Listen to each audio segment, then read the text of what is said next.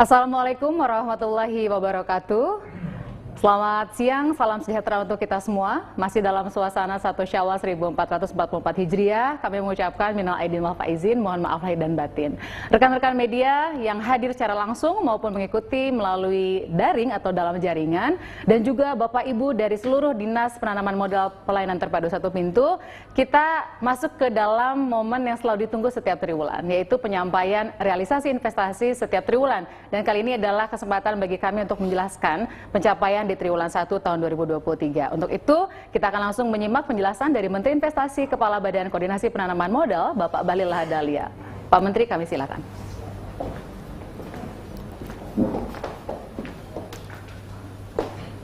Terima kasih Tina. Assalamualaikum warahmatullahi wabarakatuh. Yang saya hormati teman-teman dari Kementerian Investasi, ada Pak Sesmen dan seluruh deputi, Bapak Ibu semua, DPM PTSP yang seluruh Republik Indonesia, khususnya kepada teman-teman wartawan yang saya hormati.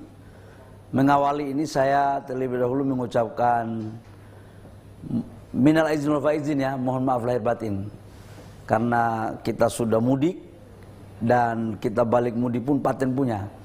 Sebelum saya mengumumkan ini Tina, saya harus memberikan apresiasi yang setinggi-tingginya kepada pihak kepolisian dan Kementerian Perhubungan serta Pertamina dan SDM yang telah mampu mengatur lalu lintas dan kesediaan terhadap BBM yang cukup baik. Ini 125 juta yang mudik, ini nggak gampang. Ini adalah mudik terbesar sepanjang sejarah bangsa ini. Dan yang kedua adalah saya sendiri yang merasakan mudik. Saya melewati darat, laut, dan udara. Karena dari Papua, habis itu naik kapal lagi, naik jalan lagi sampai ke Solo. Jadi kalau boleh saya katakan bahwa mungkin di tahun ini adalah kerjasama tim yang baik, khususnya pihak kepolisian, karena menyangkut lalu lintas, ya. Ini sangat luar biasa sekali, dan Kementerian Perhubungan. Kita beri aplaus ya Pak ya? Kita berikan aplaus. Dan mungkin karena kerjasama yang apik dari polisi itu kemudian investasi bisa kita paparkan hari ini. Karena kalau tidak pasti saya belum tiba karena arus mudik yang kurang lancar. Kira-kira begitu. Baik teman-teman semua, seperti kita ketahui bersama bahwa di tahun 2023 ini bukanlah tahun muda. Saya menutup ketika penyampaian realisasi investasi di 2022 di bulan Januari 2023, saya katakan bahwa di tahun 2023 ini adalah tahun yang pasti mempunyai tantangan yang berbeda dengan tahun-tahun sebelumnya. Karena pertama ini adalah tahun politik, kalau insya Allah jadi pemilu. Kemudian yang kedua itu adalah ini pasti akan terjadi wait and see. Yang ketiga itu adalah kondisi global, geopolitik kita yang mohon maaf saya harus katakan tidak dalam keadaan baik-baik saja. Kita lihat bagaimana persoalan kredit macet di Silicon Valley di Amerika, yang kemudian ditambah dengan 2 perbankan lain, kemudian di Swiss, dan berdampak pada pertumbuhan ekonomi di kawasan Amerika dan Eropa. Dan ditambah lagi sekarang ketegangan politik antara perang Ukraina dan Rusia yang kita tidak tahu kapan berakhir. Musim dingin kemarin sudah kita lewati. Kemudian yang kedua adalah ketegangan terbaru antara China dan Taiwan. Ini kita doakan agar semuanya bisa terselesai dengan baik, sehingga pengaruh ekonomi global tidak lagi terlalu menjadi momok bagi kita semua. Tapi satu hal saya katakan bahwa resesi global itu sudah sulit untuk kita hindari. Tapi tinggal seberapa dalam resesi itu terjadi. Ini yang didiskusikan. Tapi kondisi Indonesia, saya pikir kalau kita mampu menjaga dengan baik, insya Allah akan baik-baik saja. Nah, bagaimana kuartal pertama? Teman-teman semua saya laporkan pada kesempatan yang berbahagia ini, karena baru selesai Idul Fitri. Target investasi kita dalam RPJM itu sebenarnya 1.200 triliun di 2023. Tapi Bapak Presiden menaikkan menjadi 1.400 triliun. Ini berarti kemarin tahun 2022 1.207 triliun realisasi dan sekarang menjadi 1.400 triliun. Ini artinya kenaikannya kurang lebih sekitar 20-30%. Nah, dari situ kita lihat target investasi realisasi pertama di triwulan pertama sebesar 328,9 triliun rupiah atau sama dengan 23,5% dari target investasi 1.400 triliun. Saya ulangi, realisasi di kuartal pertama itu sebesar 328,9 triliun rupiah, di mana secara Q&Q dibandingkan dengan kuartal 4 di 2022 itu masih tumbuh 4,5%. Secara year on year itu tumbuh 16,5%. Penyerapan tenaga kerja ini yang menjadi memuakan bagi kita terus. Kita betul-betul setiap proses izin ataupun komunikasi dengan pihak swasta, kami selalu menyarankan dan meminta agar sekalipun investasi itu high teknologi, tetapi bagian-bagian yang bisa dipekerjakan oleh manusia itu tetap harus menjadi prioritas dalam rangka memberikan keseimbangan terhadap penciptaan lapangan pekerjaan.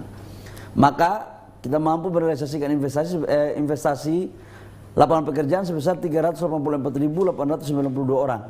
Tenaga kerja Indonesia ya Pak ya? Ini bukan tenaga kerja asing maksud saya ini ya.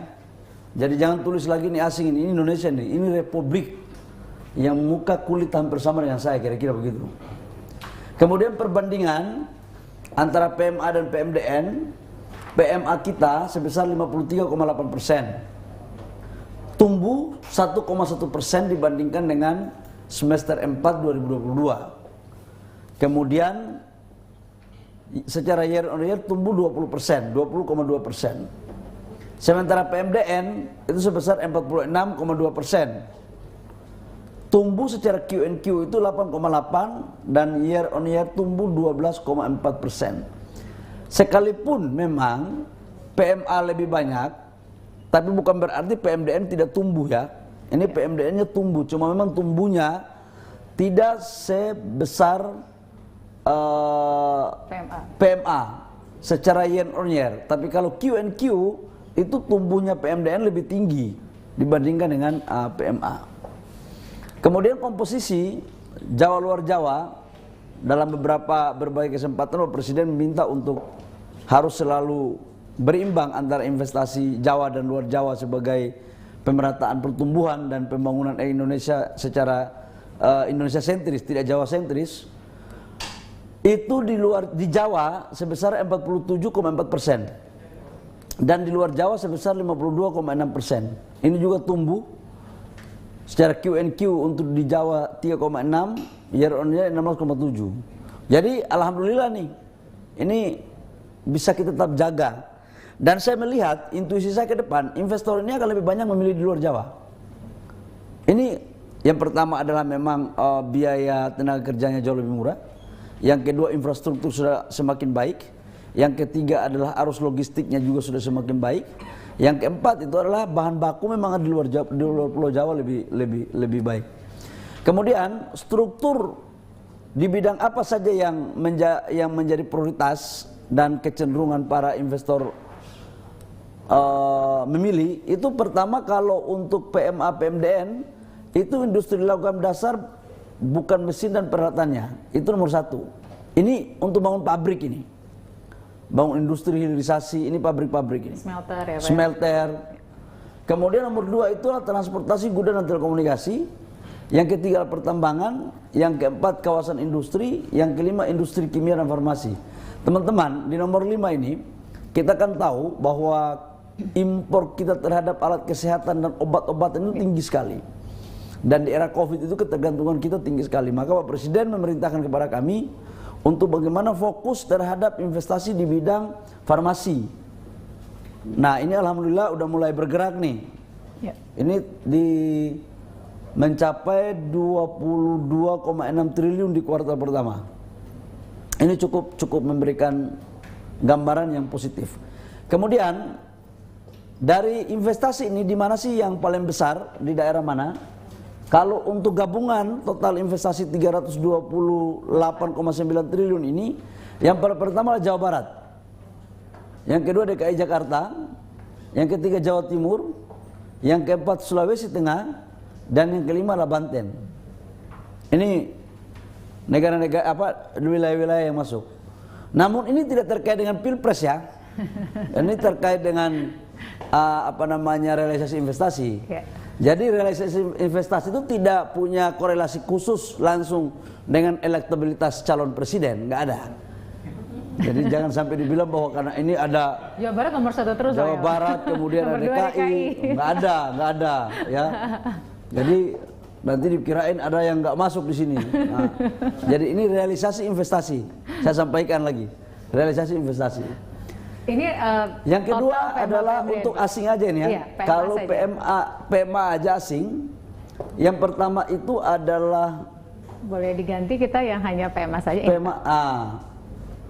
PMA-nya itu Sulawesi Tengah, Pak. Sulawesi Tengah nomor 1 ya. Betul. Ini bahaya nih. Kalau saya pakai asumsi realisasi investasi asing itu sebagai calon presiden, maka mungkin calon presiden di Sulawesi Tengah nih, nomor 1 ya. Tapi sekali lagi saya katakan ini bukan capres ya. Jadi Sulawesi Tengah nomor 1 nih. Hebat ini Sulawesi Tengah. Karena di sana itu pembangunan kawasan-kawasan pusat industrialisasi untuk hilirisasi pada komoditas nikel. Ini yang sekarang lagi betul-betul digenjot di sana. Yang kedua adalah Jawa Barat. Yang ketiga DKI Jakarta, yang keempat Banten, yang kelima Riau. Jadi merata nih antara Jawa dan luar Jawa. Jadi ada Sumateranya, ada Jawanya, ada Sulawesinya. Ini bagus nih. Nah, negara mana saja yang masuk 5 besar, teman-teman? Singapura 4,3 miliar US dollar, nomor pertama. Yang kedua, Hong Kong. Jadi Hong Kong menggeser Tiongkok. Jadi sekali lagi saya katakan, Hong Kong menggeser Tiongkok. Mungkin Hong Kong ini sekarang di beberapa negara Eropa ini dijadikan sebagai hub. Hong Kong nih. Kalau Indonesia, kalau Singapura, teman-teman udah tahu kan, ini uang sebagian uang orang Indonesia ini. Dan saya tidak akan pernah bosan untuk menyampaikan itu. Jadi mereka nggak paten-paten banget juga, gitu. Kemudian Tiongkok, ya, habis itu Jepang dan Amerika. Dan nggak terlalu jauh ya Pak ya antara Tiongkok dengan Jepang ya, angkanya nggak terlalu jauh satu. Oh ya, antara Tiongkok dan Jepang tidak terlalu jauh, cuma 200 juta US dollar. Jadi mungkin karena Jepang sudah takut ketinggalan, jadi dipompa juga investasinya. Dan memang mereka sekarang lagi paten-patennya punya. Nah, Amerika Serikat ini lagi pembangunan smelter Freeport di Gresik ya, yang direncanakan konstruksinya selesai tahun ini. Jadi 2023 smelter Gresik itu akan selesai, dan itu salah satu smelter terbesar di dunia untuk pembangunan smelter tembaga, koper. Jadi hilirisasi ini tidak hanya di sektor nikel, tapi juga ada di sektor tembaga. Dengan berakhirnya nanti, dengan jadinya smelter Freeport di Gresik, itu semua sumber daya alam yang hasil dari turunan konsentrat tembaga itu sudah bisa dipisah-pisahin. Jadi sudah ada berapa emasnya, berapa tembaganya, apalagi Pak Imam itu apa namanya? Yang untuk handphone itu loh, apa namanya itu? Yang sejenis-sejenis itulah kira-kira. Nah, ini semua akan tercover di sini. Nah, teman-teman, ini kalau kita perbandingan tenaga kerja, ini PMA PMDN Pak sejak triwulan 1 2021. Oh. Iya. Berarti naik terus ya? Iya, jadi tenaga kerjanya antara sumbangsi PMA sama PMDN. Nah, kalau teman-teman lihat, baik PMA PMDN ini naik terus tenaga kerjanya. Dan di kuartal pertama 2023 itu 384.892. Iya. Saya pikir itu, apalagi Tina? Ini sektor primer, sekunder, tersier Pak. Sekarang sudah tidak lagi gemuk di tersier Pak. Jadi sekundernya juga sekunder sudah naik. Betul Pak, sudah seimbang Pak dengan tersier Pak. Ini Iya, kan triwulan, enggak, betul. sekunder udah lebih tinggi dong. Betul, sudah mulai lebih besar. Iya, jadi ini sebuah hal yang membuat kita senang juga dengarnya nih. Apalagi? Ini tren PMA, PMDN Pak yang tadi Bapak jelaskan bahwa PMA-nya memang lebih dominan Oh ya. dibandingkan PMDN. Kalau kita lihat ya, sejak 2021 memang tren ini untuk PMA 2021 itu kan COVID. Iya.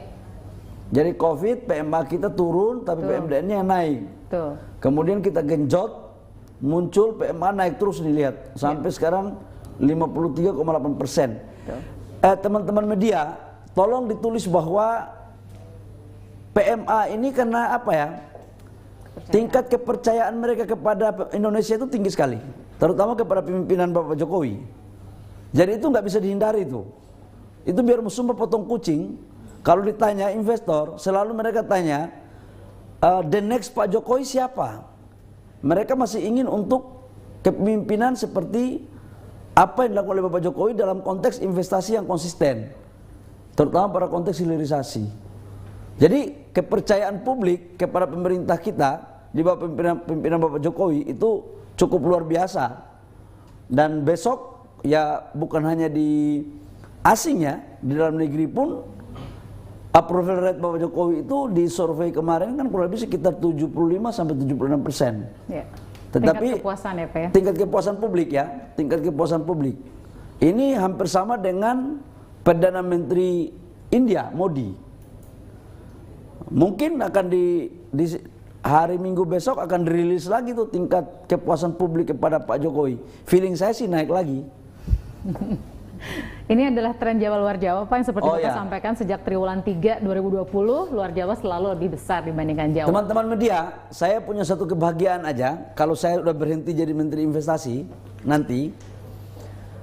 Jadi dulu itu investasi sejak kuartal dari Indonesia Merdeka sampai kuartal ketiga 2020 itu investasi itu selalu di Jawa lebih banyak daripada luar Jawa.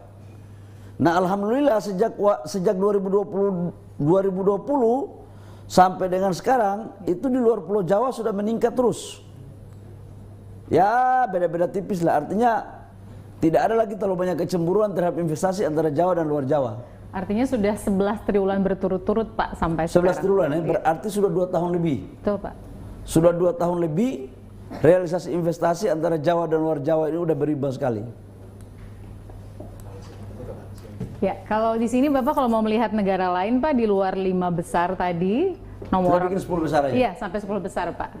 Nomor Nah, 6-nya ada Malaysia. Kalau kita lihat ya, sampai nomor 5 itu kan Amerika, nomor 6 Malaysia. Malaysia ini juga sebenarnya ini jadi hub uangnya Korea Selatan nih. Ini Lotte ini dipakai dari hub dari Malaysia ini. Ini uangnya Korea Selatan. Kemudian Korea Selatan, Belanda, Australia, Mauritius. Mauritius ini negara apa ini? Biasanya negara tax haven Pak. Oh, negara yang membingungkan. Jadi Eropanya ada satu Belanda ya Pak ya, dan ada Australia. Ya. Belanda dan Australia. Saya pikir teman-teman, Tina, penyampaian dari saya yang saya harus sampaikan sebelum ada pertanyaan teman-teman media, saya kasih bocoran. Tapi tolong muat yang ini dulu, jangan muat yang saya mau sampaikan yang kedua. Tadi dalam beberapa waktu terakhir ini kita sedang membicarakan tentang kemungkinan perpanjangan dari pengelolaan Freeport. Freeport ini kan sekarang sudah milik pemerintah Indonesia. Sudah sahamnya sudah 51% pemerintah Indonesia. Dan kita melihat pendapatan Freeport dari tahun ke tahun semakin membaik. Bahkan dalam laporan Freeport kepada pemerintah 2024 itu potensi utang BUMN dalam mengambil alih Freeport itu kemungkinan besar akan lunas 2024. Maka pemerintah sedang memikirkan untuk melakukan perpanjangan, tetapi dengan penambahan saham, di mana pemerintah akan menambah saham kurang lebih sekitar 10%. Tapi ini sebagai bocoran aja. Lagi nanti kami akan umumkan secara resmi, nanti disampaikan. Tapi ini baru Masih dalam pembahasan, tapi belum pasti, belum ini. Tapi pembahasannya udah hampir matang. Tapi nanti kalau sudah selesai, kami akan umumkan, dan kami juga akan meminta mereka untuk membangun smelter di Papua, tidak hanya di Gresik, tapi juga harus membangun smelter di Papua. Ini sebagai informasi tambahan. Doakan semoga pembahasan ini bisa kita lalui bersama dengan asas yang sudah barang tentu. Negara harus mendapatkan maksimal yang lebih banyak. Negara harus mendapat pendapatan yang lebih banyak. Ini yang kita lagi ada diskusikan dari Kementerian Investasi. Demikian teman-teman. Terima kasih Pak Menteri. Selanjutnya kita berikan kesempatan kepada rekan-rekan untuk memberikan pertanyaan. Nanti ada yang offline dan juga ada yang online. Yang pertama adalah dari Mbak Trian dari IDN. Silakan Mbak Trian. Selamat siang Pak Bahlil, saya Trian Pak dari IDN Times Pak. Sebelumnya selamat Hari Raya Idul Fitri ya Pak, mohon maaf lahir dan batin. Pak izin bertanya terkait dengan tadi 5 besar negara realisasi investasi di kuartal pertama Pak. Sejauh ini kan Amerika Serikat yang tadinya memang masuk 3 besar, nah ini justru turun di 5 besar Pak. Justru dia posisi kelima. Sebenarnya faktor apa sih Pak yang menyebabkan Amerika di kuartal pertama ini mendapatkan posisi terakhir? Kemudian apakah memang ada sangkut pautnya dengan gonjang-ganjing di negara AS sendiri, khususnya dari krisis perbankan sendiri? Kemudian terkait dengan penyerapan tenaga kerja Pak, di kuartal pertama tadi kan 385.000 tenaga kerja ya Pak ya, dan itu kan agak tidak berbanding lurus dengan realisasi investasi yang memang meningkat Pak. Sejauh ini sebenarnya memang arah dari kebijakan Presiden itu kan Pak, pengaruh dari itu sebenarnya, tapi apakah nanti itu ke depan bagaimana sih Pak untuk menyerap tenaga kerja lebih banyak Pak, khususnya di padat modal ini Pak, karena memang kan padat karya, karena kan sekarang kan lebih banyak ke teknologi dan padat modal ya Pak ya. Kemudian ketiga terkait dengan IKN Pak, sejauh ini berapa sih Pak yang memang sudah benar-benar direalisasikan, tidak hanya sekedar komitmen dari investor yang memang tertarik untuk menanamkan investasi di IKN, karena tadi Pak Menteri PUPR menyampaikan bahwa investor itu masih ada masalah di pembelian lahannya Pak. Mungkin bisa dijelaskan. Terima kasih. Terima kasih. Mbak Trian pindah ya? Dulu bukan di IDN Times ya? Kayak orang parpol juga Pak, pindah-pindah Pak. Trian yang cerdas, saya mau sampaikan. Yang pertama adalah Amerika di urutan nomor 5 ini kan baru kuartal pertama. Kuartal pertama, kuartal kedua, ada sampai kuartal keempat. Ini mungkin adalah proyek-proyek mereka yang mungkin di akhir tahun kemarin yang belum selesai. Tapi yang baru-baru ini juga berjalan. Dan terlalu dini untuk kita menilai apakah dia nanti di akhir tahun nomor 5. Mungkin juga bisa nomor 3 atau juga bisa nomor 4. Saya punya satu keyakinan bahwa investor Amerika sekarang juga menggenjot investasinya dengan baik di Indonesia. Harus diakui juga bahwa memang kondisi global sekarang ini ya agak berat ya. Saya nggak bisa memberikan harapan palsu. Terjadi ketegangan juga peran geng negara ya antara Amerika dan China. Bahkan sekarang Amerika itu membuat satu regulasi industri pabrik baterai yang investasinya itu dari China itu tidak mendapat diskon di Amerika. Bahkan kemungkinan peluangnya itu semakin kecil untuk kita menggiring produk ke sana. Makanya di Indonesia kita harus jujur mengakui bahwa kita mencari investasi di Indonesia itu tidak hanya China. Jadi kita kemarin dengan Presiden Jokowi ke Jerman untuk BASF dan Eramet, kemudian kita minta Korea, kita juga minta Inggris, kita minta juga Amerika, Ford, kerjasama dengan Vale, supaya ada keseimbangan semuanya. Kalau tidak, ekosistem terhadap logistik rantai pasok ini harus betul-betul kita jaga. Kalau enggak, negara kita akan menjadi suatu masalah baru dalam rangka tarik menarik kekuatan antara Amerika dan China ini. Kita tidak ingin terjebak di situ. Saya ingin mengatakan bahwa Indonesia harus menganut asas ekonomi bebas aktif. Kita tidak cenderung kemana, tapi kita berkawan kepada semuanya, ya, gitu. Yang kedua menyangkut dengan rasio tenaga kerja dengan realisasi investasi. Aku harus Pak. akui itu. Jadi antara target investasi kita, nilai investasi dengan tenaga kerja itu nggak berbanding lurus. Karena investasi kita sekarang ini bukan lagi padat karya yang banyak. Nggak, kalau kita mau bangun hilirisasi boksit, hilirisasi nikel, hilirisasi tembaga, mana ada pakai manusia-manusia? Palingan bangun konstruksinya aja. Setelah itu dioperasikan semua oleh mesin. Nah, tapi persoalan kita di bangsa kita itu adalah bagaimana investasi dikaitkan dengan lapangan pekerjaan, kan itu yang harus kita lakukan. Maka kita blending. Ada bagian yang memang kita harus padatkan lapangan pekerjaan, dan ada bagian secara teknologi yang memang harus kita akui bahwa tanpa teknologi nggak bisa kita membangun industri yang skala besar. Nah, ini minus realisasi investasi ini minus hulu migas, minus sektor keuangan, dan minus UMKM. Nah, biasanya lapangan pekerjaan itu muncul di akhir tahun ketika UMKM kita tarik datanya. Karena UMKM kami tarik data bukan per triwulan, tapi 1 tahun. Nanti di situ baru akumulasi lapangan pekerjaan yang diciptakan lewat UMKM, begitu. Nanti bisa kita lihat juga di semester 1, Pak, kan 6 bulan sekali mereka 6 bulan sekali ya, bisa juga dilihat. Ya. Oke, yang ketiga IKN, Pak. IKN. Ya, jadi IKN itu kalau kita bicara tentang realisasi investasi langsungnya, karena sekarang kan mereka lagi bangun infrastruktur dasar oleh PU. Pak Menteri PU menyampaikan bagaimana tadi? Tanah belum clear. Harus diakui sebagian tanah masih dalam tahap penyelesaian finishing. Tetapi untuk pembangunan infrastruktur dasar, kantor-kantor, kemudian perumahan dinas, apartemen-apartemen, kemudian sekolah-sekolah, rumah sakit, itu sudah mulai dibangun. Nah, investasi yang untuk sekolah, rumah sakit, kemudian pusat perbelanjaan, ini paralel sudah mulai masuk dalam pematangan tanah, gitu. Berikut. Sudah, itu saja, Trian. Terima kasih, Trian, ya. Trian, makasih, Trian. Selanjutnya dari CNBC, Mbak Cantika, silakan. Selamat sore Pak Bahlil, Teh Tina, Izin Pak Izin juga Pak sebelumnya. Lahir batin. Ya Pak, masih melanjutkan soal penyerapan tenaga kerja Pak.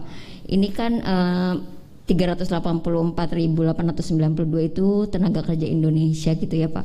Tapi BKPM punya nggak sih Pak data berapa penyerapan tenaga kerja asingnya gitu Pak, angkanya. Terus juga tadi juga Bapak menyebut bahwa sebenarnya target investasi kita itu belum berbanding lurus dengan penyerapan tenaga kerja gitu ya Pak. Tapi sebenarnya ada nggak sih Pak hitungan dari Kementerian Investasi ini dengan realisasi investasi 328,9 triliun ini idealnya tuh seharusnya bisa menyerap berapa tenaga kerja gitu Pak. Terus mungkin boleh juga Pak sepanjang kuartal sepanjang kuartal 1 ini 3 sampai 5 nama perusahaan gitu Pak dengan nilai investasi yang terbesar beserta nilai investasinya. Terima kasih. Baik, Mbak siapa namanya? Cantika.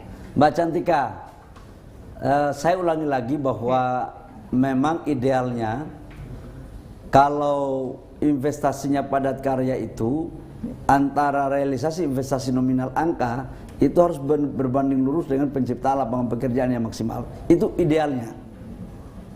Tetapi sekarang kan investasi yang masuk di kita ini kan tidak padat karya. Investasi kita ini kan semuanya high teknologi, bukan semuanya. Sebagian besar high teknologi. Itu dapat dilihat dari sektor ini. Iya, Pak. Industri logam dasar, barang logam bukan mesin dan peralatan itu 46,7%, 46,7 triliun. Sama industri farmasi. Ini nggak bisa diapa-apain ini. Ini teknologi semua nih. Yang berikut adalah pertambangan. Pertambangan ini juga pakai mesin semua. Jadi kalau tenaga itu cuman bawa operator aja. Kalau di Freeport operator tambang itu tidak lagi manusia. Sudah pakai robot semua. Udah dikendalikan kayak remote kayak mainan. Makanya mainan kayak game aja. Jadi begitu canggihnya sekarang fasilitas teknologi yang ada pada pengelolaan kita ini. Nah, tadi saya katakan bahwa pemerintah tidak bisa hanya fokus pada sektor ini. harus ada padat karyanya. Padat karyanya itu di UMKM. Jadi kita blending. Ini pun sudah kita maksimal loh. Ada bagian pekerjaan yang saya bilang kalau bisa dikerjakan oleh tenaga orang, kita kasih ke tenaga orang. Jangan semua full pakai teknologi. Memang ada plus minusnya. Kalau pengusaha itu kan kejarnya adalah seberapa besar profit. Kalau pemerintah di samping mereka mendapatkan profit untuk dapat pajak, tapi menciptakan lapangan pekerjaan. Jadi kita kejar-kejaran memang. Itu Mbak ya. Pak, selama ini kan Bapak selalu menyampaikan bahwa ini adalah dampak langsung atau initial impact. Tapi perkaliannya dengan dampak tidak langsungnya. Ya. Yang harus diingat begini loh. 384.892 Pak. Hampir 385.000. 384.000 ini adalah tenaga kerja langsung. Kalau yang tidak langsungnya kan biasanya kali 4 kali 5 tuh. Jadi ini adalah orang yang langsung bekerja di proyek ini. Tapi yang suplai kontraktornya, yang suplai makannya, kemudian dari perputaran yang berdampak pada lokasi itu cukup banyak juga itu. Ya. Itu. Termasuk ini Pak ya, kan pasti ada usaha makanan ya Pak ya. Tadi saya katakan makanan, transportasi, kemudian logistik, kemudian ekosistem rantai pasok yang lain, itu pasti dampaknya ke sana. Tadi ada pertanyaan soal tenaga kerja asing Pak, ini ada datanya. Tenaga kerja TKA-nya nih. TKA ya. TKA-nya ini dari total project ini 328,9 triliun. TKA-nya itu 5.334 orang TKA-nya. Jadi dibandingkan dengan TKI-nya jauh sekali Pak, betul rasionya. Paten kali kau nih direktur satu ini. Begitu timnya pertanyaan tim Dalak luar biasa Pak. Ya, sudah kan? Apalagi? Tadi 3 sampai 5 perusahaan yang Pak. Wah, itu rahasia itu. Oh iya. Itu kalau saya bongkar itu, saya bisa dicopot jadi menteri investasi. Nanti besok nanti pengusahanya nggak mau lagi ketemu sama saya, nanti bocor informasinya. Ya, kan nggak ada korelasinya juga kan? Tidak mengurangi pertumbuhan ekonomi kan? Tapi kalau bisik-bisik di belakang boleh, tapi jangan diumumkan. Jadi Pak, sebetulnya kalau dalam konteks TKA hanya 2% dari TKI yang terserap secara langsung gitu. Jadi dari total penerimaan tenaga kerjaan atau penciptaan lapangan pekerjaan dibandingkan TKA dengan TKI, itu TKI-nya cuma 2%. TKA-nya cuma 2% Pak ya? TKA-nya 2% dari 384.000. Jadi 5.000 lebih lah, 334. Oke. Makasih Mbak Cantika. Selanjutnya dari Reuters, Mas Stefano, silakan Mas. Selamat sore Pak Bahlil. Ya, mau tanya statement Bapak tadi soal yang Freeport Pak, mempertimbangkan perpanjangan pengelolaan Freeport. Nah itu untuk berapa tahun ya Pak yang lagi dipertimbangkan? Karena kan izinnya selesai 2041, mungkin sampai tahun berapa gitu Pak? Pertimbangan perpanjangannya berapa tahun? Kemudian tadi ini kan udah Q1 nih Pak. Di sisa 3 kuartal ke depan ini investasi di sektor apa ya Pak yang bisa kita expect atau yang udah lagi di pipeline yang mungkin bisa di-share? Akan masuk. Terima kasih. Dua itu saja. 3 triwulan ke belakang di. Ya, yang pertama kalau ditanya tentang di bidang apa aja ke depan, di kuartal kedua, ketiga, keempat, saya masih fokus hilirisasi. Karena kami sudah mengawali dengan menghitung peta potensi hilirisasi, totalnya itu sebesar 545,3 miliar US dollar potensi investasi hilirisasi sampai dengan 2040. Ini syarat untuk negara kita menjadi negara 5 besar PDB dunia. Dan sekaligus untuk meningkatkan pendapatan per kapita kita dari 4.700 mencapai dengan 10.000. Sekarang Indianya kan tinggi PDB-nya. Tetapi pendapatan per kapitanya kan masih di bawah 3.000. Itu India. Nah, kita harus tumbuh harus lebih dari itu, cepat. Nah, caranya adalah apa? Hilirisasi. Jadi saya sekarang fokusnya di hilirisasi aja. Fokus terus di situ. Hilirisasi adalah kunci untuk bagaimana pertumbuhan ekonomi nasional kita bisa menjadi pertumbuhan ekonomi yang berkualitas, menciptakan nilai tambah, upah yang gajinya meningkat, dan pendapatan per kapita kita juga naik serta mempunyai daya saing yang tinggi. Dan di hampir semua negara di dunia, hilirisasi adalah instrumen untuk dari negara berkembang menjadi negara maju. Jadi itu saya fokus di situ. Sambil yang lainnya juga jalan. Yang kedua menyangkut dengan Freeport. Apa sih yang menjadi dasar pertimbangan? Yang pertama kita lihat begini. Freeport ini kan kalau kita lihat grafiknya, dia itu peaknya itu sampai dengan 2030 dan 2035. Itu masa produksinya itu. Nah, produksi dilakukan tahun 2020 itu hasil eksplorasi pada tahun 90-an. Jadi eksplorasi di Freeport itu butuh waktu 10 sampai 15 tahun baru bisa dilakukan produksi. Beda dengan eksplorasi nikel atau batu bara. Dan Freeport ini tambangnya underground. Tambangnya di bawah tanah. Nah, pemerintah lagi menghitung berapa perpanjangan yang pantas dengan melihat potensi cadangan yang masih ada. Tetapi bahwa kita pingin jangan sampai di 2035 produksinya menurun, kita tidak mau. Dia harus terus naik. Apalagi sekarang Freeport itu sahamnya sudah 51%. Jadi kalau ke depan, insya Allah dalam negosiasi ini sekarang, kalau kita bisa tambah lagi 10%, itu sudah bisa menjadi 61%. Dan kita lagi meminta kepada mereka untuk penambahan itu kalau bisa, tidak usah pakai, tidak ada nilai evaluasinya. Dengan kata lain bahwa kita lagi membicarakan untuk semurah mungkin lah untuk BUMN bisa mengambil atau negara bisa mengambil. Gitu bos. Gitu ya Mas Stefano. Siap. Makasih. Selanjutnya ada Mbak. Jangan tanya mendalam dulu menyangkut Freeport, nanti kita habis.